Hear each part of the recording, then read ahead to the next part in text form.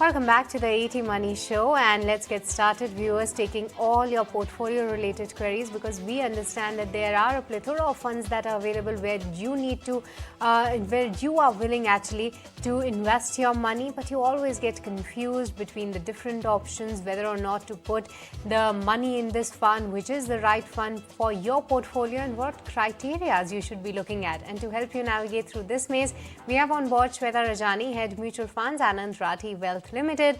And also do not forget to send us your portfolio queries on a WhatsApp number, that is 865-797-4571, or you can also email us your queries on themoneyshow@etnow.tv. So Shweta, let's get started. And the first viewer that we have is a caller, live caller, whose name is Supratam Chakravarti. Very good evening, Supratam. We have Shweta on board. Please go on and ask your question. Okay.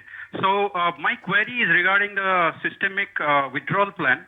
So I hear a lot about SIPs, but I don't hear much about SWPs. So I'd like to know what should be the withdrawal strategy in case of equity funds, debt funds, international funds. So I am a long-term investor, but with the passage of time, whatever we see as a long-term investment, it actually becomes a short-term one, right? So how do we approach that kind of a situation? So that is my question. Okay, Supratam, just a quick note that you need to be watching our show more regularly, because in the Money Show, we discuss in detail about SWPs. If you haven't seen one, you can go on the YouTube and watch one. But Shweta, coming directly to his query, he wants to know more about SWPs, what should be the strategy in this one, and what are the various options that are available. Sure. So, just to address what is the basic differential: SIP, systematic investment plan; SWP, systematic withdrawal plan.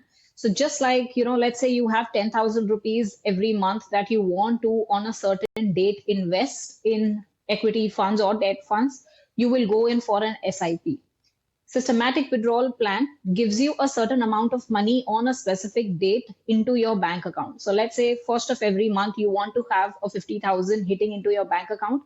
You will, submit an SWP request, and on that date, that amount gets credited into your bank account. So systematic withdrawal helps you meet your daily liquidity requirements that you may have, plus it's more tax efficient. So, if you have this 50,000 coming into your bank account, it's the tax that you've charged is only on the gain. So 40,000 was your principal, you've got 50 back, you're going to be charged tax only on the residual 10,000. So it works well more even from a tax efficiency standpoint. It gives you a routine or a regular liquidity.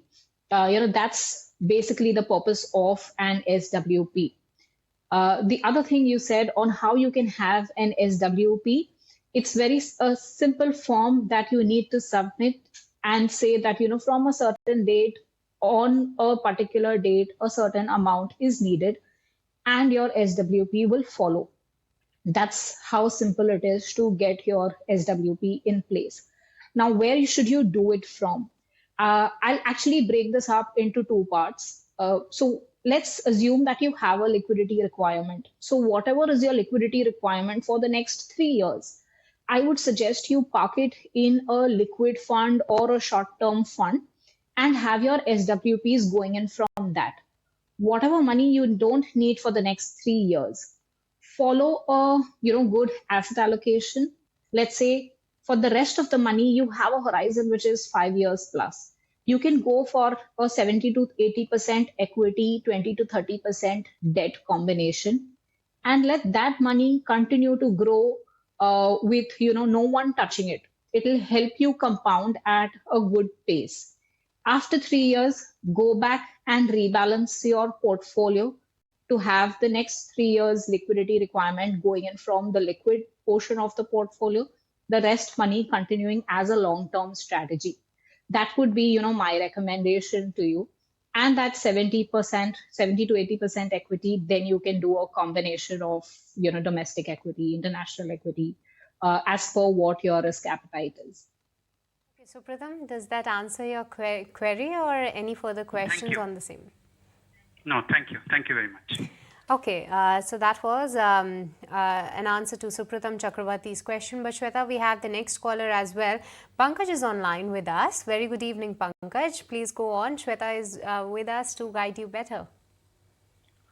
Very good evening. I'm Pankaj. Actually, my query is that I'm almost into the mutual fund, being on a DY investor for last almost 10 years. Okay. So in that thing, the few funds which I was done was Axis Blue Chip, LT, and Focus 30. After the thing which has happened in the past, maybe last 1 year, the returns is actually now dipping down. Their fund manager has also been changing, and the other things are also going on. As per the competitors, the things are getting at a better fund schemes. So my query in particular is that, should I continue whatever corpus is there as a SIP and the corpus, or should I stop and withdraw everything and then shift to something different, which is a running fund, maybe that mid cap or small cap or maybe a flexi cap? So that's my query of specifically with regards to the Axis Blue Chip LT Focus 30. Okay, Shweta, we all are aware of what has been happening with Axis. There has been a lot of fund manager changes as well, and Pankaj has already invested in Axis long-term equity as well as Axis Focus 30. He also has Axis Blue Chip, and you heard that in the recent past, while the markets are on the rise, his portfolio is not giving him appropriate returns. So what should be the advice as a mutual fund investor? Should he just stick for the long-term benefits in these funds, or there are better options that are available? Yes. Pankaj, my recommendation to you here would be that you switch out from these schemes and move to better potential schemes. If you have any SIP running, stop that SIP too. Now, where I'm coming from, you've already mentioned one part of fund management team instability, redemption pressures that are impacting the fund house. But from the other perspective, is that the fund style is a very growth oriented style, and right now the market is following a value investing style. Value is playing out more than what the growth strategy is playing out. So these funds of Axis that you mentioned, Blue Chip, LTE, Focus, compared to peer group, could see some kind of an underperformance. So even from a future perspective, it would be better that you shift to funds which are more either a blend style of investing, have both value and growth in their portfolio, or having a value tilt on the portfolio. So you can consider, and plus the second part is, if you have just 3 funds, then these are more large cap oriented. I would suggest you go more towards a multi cap investment in the portfolio. So you can consider some flexi cap funds like an HDFC Flexi, or you can consider a Kotak multi cap, or those strategies in your portfolio, which would be beneficial. Okay, Shweta, when you are asking Pankaj to opt out of these schemes, then should he be receiving that lump sum amount? So should he invest it all, or rather continue that in a staggered manner in terms of SIP? No, absolutely. See, this is money which is already there in the equity market, which we are removing from one scheme and is getting into another scheme, which potentially is expected to do better than the existing scheme. So this is not any fresh investments getting into equity. This is just a continuation. Scheme A to scheme B is the change. So whatever money you come out, whatever money you get into your bank account, lump sum, it can go ahead in the next scheme. So that's the advice coming in for Pankaj. But moving on to the third caller then, and we have Mr. Parekh online with us. Very good evening, Mr. Parekh. Go on. Yeah, we have Shweta. Please go on and ask your query. Yeah, can I? Hello. Yes, Mr. Parekh, you're audible. I'm Parekh here from Mumbai. Actually, I wanted to ask, in case my situation is that I am already 62. Okay. And I just retired 2 years back. And I'm having a proper pension, so it takes care of my family.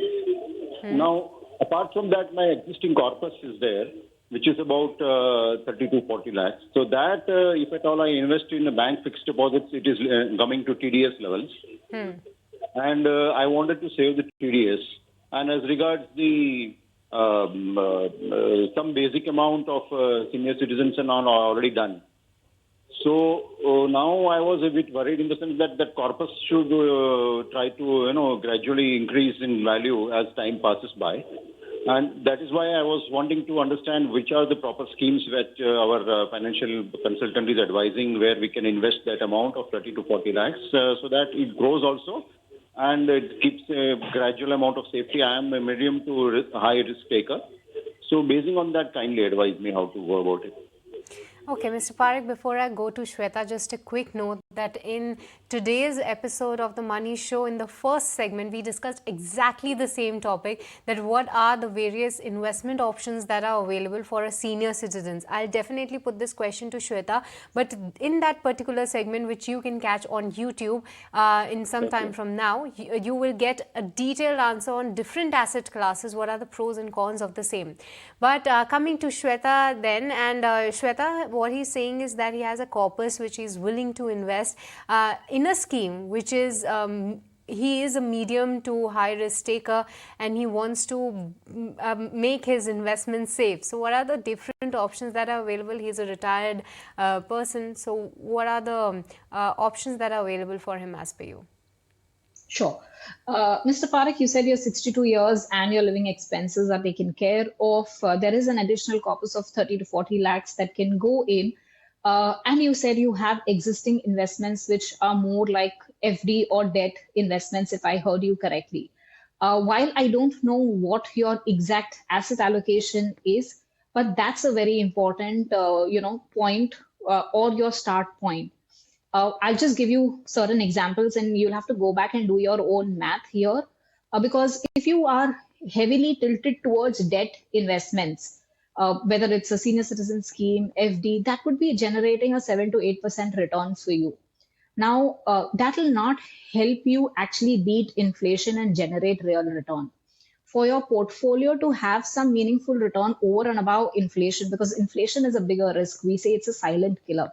Whatever you're saving today is the expenses are increasing at a certain rate, and expenses that matter to you, like healthcare expenses and all, are increasing at far higher than an 8% rate. So you need to grow your portfolio at somewhere around a 10, 11%. And let's say you want to grow your portfolio at 10%, which means 1-2% of real return. You would need to have somewhere around a 40% of equity and 60% of debt in your portfolio. So, I don't have your entire portfolio, but go back and check what your equity debt mix is.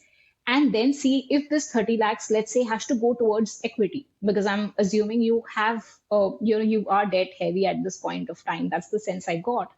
Then in your equity, through mutual funds, give it to a professional fund manager. That will be, to my mind, the best option for you. Spread it across 8 to 10 schemes. Have a mix of 50% of large cap, 20 mid cap, 30 small cap, because that combination, given the current market scenario, would work best for you. You can go in for, a Franklin blue chip fund, go in for a Kotak emerging fund, Aditya Birla small cap, HDFC small cap, a Quant active, go in for an SBI Contra. These are few schemes which you can look at for constructing a basket of 8 to 10 schemes, well diversified, spread across different sectors, different market caps, will help you construct a good portfolio. Okay, Mr. Parekh, so that's the advice coming in. But Shweta, before we wrap, we'll quickly take the last query onto the show, and that too is a live caller. His name is Shivakumar Burley. Mr. Burley, very good evening to you. We have Shweta on board. Yeah. Please go ahead and ask the question. Yeah, hello, ma'am. Hello. I want to know what are the quant funds. One, for question number one. And second query is what is the top-down strategy and bottom-up strategy followed by mutual fund managers? Okay. Shweta, you heard his question. He wants to know about the quant fund and the strategy that one needs to be adopting. Sure. So, quant fund, as the name says, this is a subcategory of a thematic fund.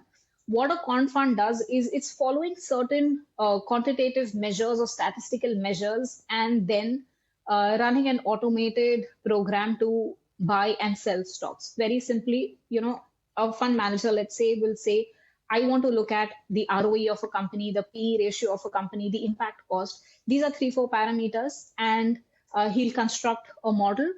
The model will automatically run. And whenever the model finds good opportunities to invest or exit, they will invest in it. So there's very little manual intervention here or a fund manager's fundamentals views in over here. It's more of an algo based, strategy that's running. Now, don't confuse it with the quant mutual fund. Quant is a strategy in itself.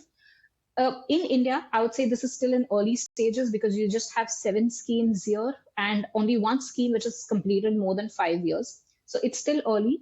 Rather than going for a quant fund, I would suggest you go for a normal diversified, fund, a large and mid cap, flexi cap of fund, which has a certain proven track record. That would be, my recommendation to you. I think the other question that you mentioned is what's a top-down approach and a bottom-up approach. Now, top-down, as the name says, when a fund manager is following top-down, you're first seeing where the economy is expected to grow. Then you're seeing which sectors would contribute more towards that economic growth, and then see which companies within that sector could do well. That's your top-down.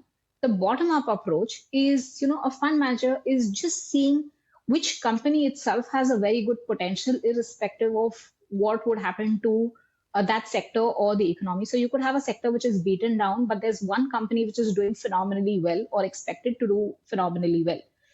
Then you, as a fund manager, would go ahead and buy that. So you're doing more company level study first in a bottom-up approach, whereas in top-down, you're more seeing from an economy standpoint. That's the basic differential. Okay, Mr. Shivkumar, we hope that this resolves your query. But with this, Shweta, we are completely out of time. And thank you so much for all the time to ET Now and helping all of viewers resolving their mutual fund portfolio related queries. But with this, viewers, it's a wrap in this edition of The Money Show. It's a goodbye from me and the entire team who put this show together. Thank you so much for watching.